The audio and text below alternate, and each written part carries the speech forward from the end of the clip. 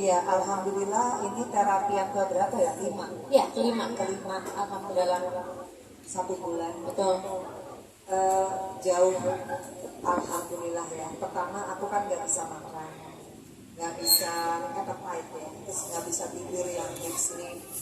Tapi sekarang kalau makan udah mulai ada keinginan hari ini mau makan apa gitu. Tapi kalau disuruh ngomong tentang sesuatu hal itu pasti akan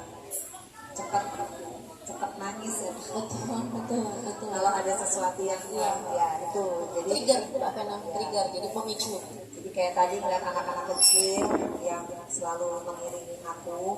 Waktu itu kan kakak-kakaknya, karena 10 tahun yang lalu tuh mereka belum lahir kan ya. Jadi terus ngeliat mereka lagi aku kayak deja vu, karena waktu itu kan aku tahun 2013 tuh inget banget Januari tuh masih sendirian, baru pisah, kemudian sendirian, anak-anak sempet jauh waktu itu, suffer banget, dan mereka lah nih aku inget banget aku datang kalau ada mpek sampai akhirnya mereka yang datang ke apartemen. Masya Allah. Sampai akhirnya detik ini, tapi dengan peristiwa yang berbeda. Jadi aku insya Allah aku yakin doa mereka, doa keluarga terdekat, doa sahabat yang hadir hari ini, mudah-mudahan ke depannya aku mendapatkan kebahagiaan. Amin ya rabbal alamin. Karena teman-teman media kan mungkin support Mbak Vena dan apalagi Mbak Vena dari korban KDRT, kita teman-teman media juga mengawal kasus ini secara perlahan dan tetap berdoa gitu. Seperti apa sih Mbak Vena mungkin perubahan dari diri Mbak Vena lika-liku yang dialami? Ya pokoknya saya kan sama wartawan gak kayak keluarga ya. Kalau sampai kemarin saya agak nggak mau wawancara, semata-mata saya ingin semuanya kondusif. Tapi saya juga ingin teman-teman wartawan mengawal kasus ini karena wartawan itu dan media memegang peran yang sangat penting. Saya korban KDRT, begitupun Roro dan juga siapapun di luar sana, teman-teman perempuan, konsekuensi memang banyak. Kalau kita berani speak up itu banyak. Makanya awal tuh yang harus kita persiapkan adalah mental. Karena yang namanya playing victim, namanya fitnah, namanya berbagai macam itu pasti adalah urutannya. Dan insya Allah tanggal 14 Februari saya minta teman-teman wartawan bila ada waktu kita sama-sama ke Komnas Perempuan. Saya mohon doa dan juga supportnya teman-teman untuk sama-sama kita menginformasikan bahwa KDRT itu bukan aib. KDRT itu adalah pidana.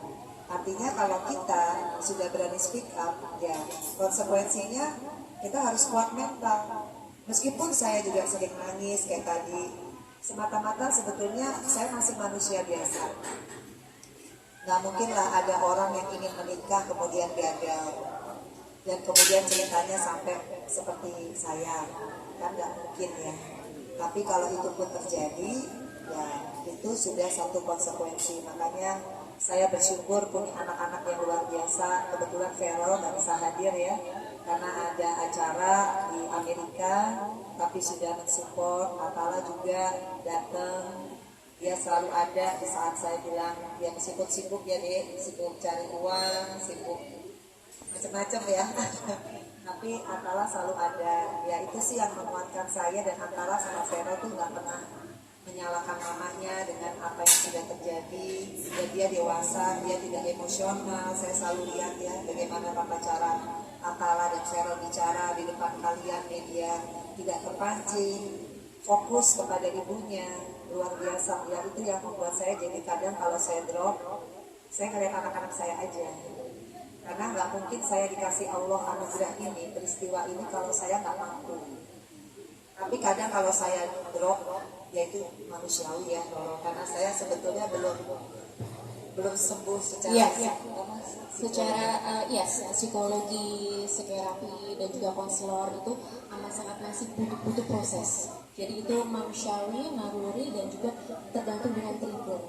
Jadi seperti mana yang sudah sampaikan tempoh hari, mohon doanya teman-teman media semuanya dan semoga bisa memberitakan berita yang lebih proporsional. Jadi kalau misalnya ada isu-isu dan lain-lain itu yang merupakan trigger dari Mbak Vena, mohon jangan diberi trigger.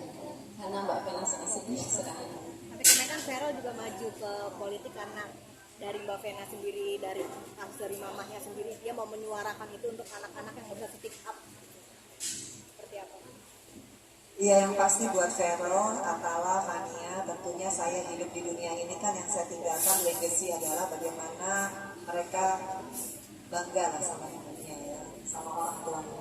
Jadi kalau apa yang saya lakukan itu kemudian menginspirasi Vero masuk ke dunia politik, salah satu agendanya adalah ingin menyuarakan anti KDRT, khususnya di kalangan anak muda karena dia juga anak muda milenial. Ya saya bangga, artinya semua isu itu penting ya. Dan saya juga tahu banget Vero punya capable, mudah-mudahan Antala juga nanti bisa ngikutin, Fania. Ya kita kan nggak tahu ya kita hidup sampai umur berapa. Jadi saya selalu bilang sama anak-anak saya, apapun yang terjadi sama mama, pemberitaan yang bagus kita syukuri. Kalau pemberitaan lagi jelek, ya kita harus kuat menghadapinya. Meskipun kadang seperti yang Roro lihat, kalau saya udah ngerasa sedih banget, saya telepon dia malam-malam. Kok bisa ya ada orang kayak gitu misalkan. Tapi itu terjadi sama hidup saya. Jadi ya saya manusia biasa. Kadang kalau saya nggak kuat, ya saya harus ngomong sama psikolog ya, sesi curhat ya. Sesi curhat tuh sampai nangis. Sampai kayak, tapi habis itu lega. Tapi habis itu pasti paling penting curhat sama Allah. Betul. Itu yang paling penting ya. Alhamdulillah sebulan ini kalau orang lihat secara fisik mungkin saya sudah alhamdulillah membaik. Tapi kalau secara mental ya saya justru minta teman-teman wartawan untuk membantu saya. Kita masih panjang ke depan.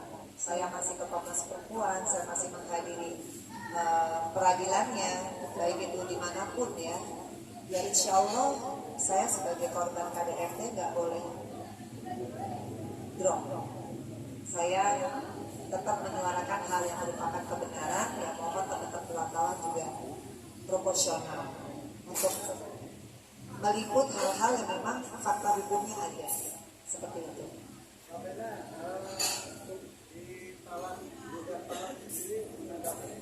Saya nggak mau jawab yang itu. Maaf teman-teman media, ini khusus terkait pengajian dan juga rasa syukur pada hari ini.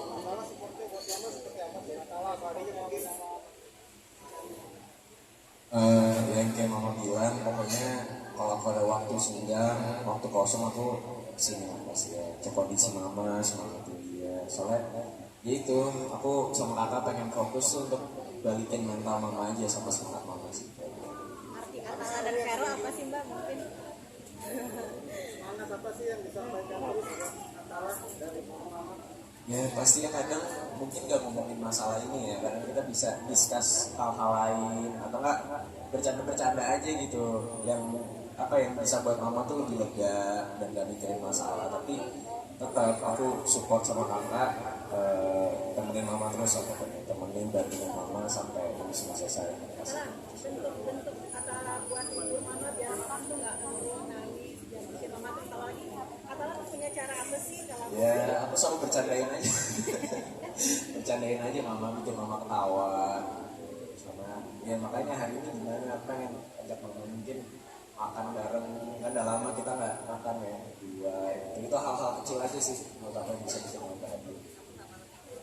Ya hari ini makanya aku nggak bawa pacar aku sama mama. khusus buat mama berarti ya? Iya lah. Mamanya. Iya iya. Mbak Vena gimana tanggapannya dari tadi? Ya pokoknya saya juga terima kasih ya sama teman-teman wartawan. Kalian luar biasa lah, meskipun kita nggak keluarga gitu. Tapi saya ngerasain banget gitu ya, pemberitaan kalian itu tetap berimbang. Ya apa ya, kalau soal Atala, Vero, Fania itu udah gift ya dari Allah. Sekarang tinggal gimana saya supaya nggak terpuruk secara mental, tetap harus kuat buat anak-anakku karena mereka masih butuh aku. Kalau yang gede-gede pasti butuh doa aku, yang kecil Fania pasti butuh aku gini. Jadi ya sekarang di titik terus memacu diri untuk bersyukur. Jadi healing sendiri ya. Kadang kalau sedih, ngomong sendiri. Karena saya juga kalau lagi sedih sendiri terus lagi semua pada sibuk gitu. Udah ngomongnya sendiri, udah bisa, nggak ada apa-apa gitu. Dan alhamdulillah healing itu juga boleh ya gitu ya. Boleh. Kayak ngomong gitu, nggak ada Iya. apa-apa gitu. Iya. Paling mudah ada tahap kita untuk bisa mengutarakan apa yang dipendam. Karena kalau tidak diutarakan, even itu dengan diri sendiri, kita bisa lebih drop lagi depresinya. Mbak Vena mungkin udah pede keluar kah? Mungkin udah bisa interaksi sosial dengan masyarakat atau seperti apa sih? Tahapnya udah di mana nih Mbak? Ya yang jelas saya belum bisa beraktivitas untuk cari uang ya, belum. Saya harus fokus dengan kasusnya, mudah-mudahan lancar. Tapi saya memang alhamdulillah jadi banyak sholat sunnah sih. Kemudian saya udah bilang sama Roro, insya Allah kita ikut pengajian. Iya, betul. Nah, dan kalau yang lain-lainnya saya memang belum bisa untuk terima job juga. Ya karena masih belum bingung ya mau terima jobnya gimana, masih hatinya masih kadang-kadang suka sedih aja masih. Karena udah hubungin Mbak Vena belum sih?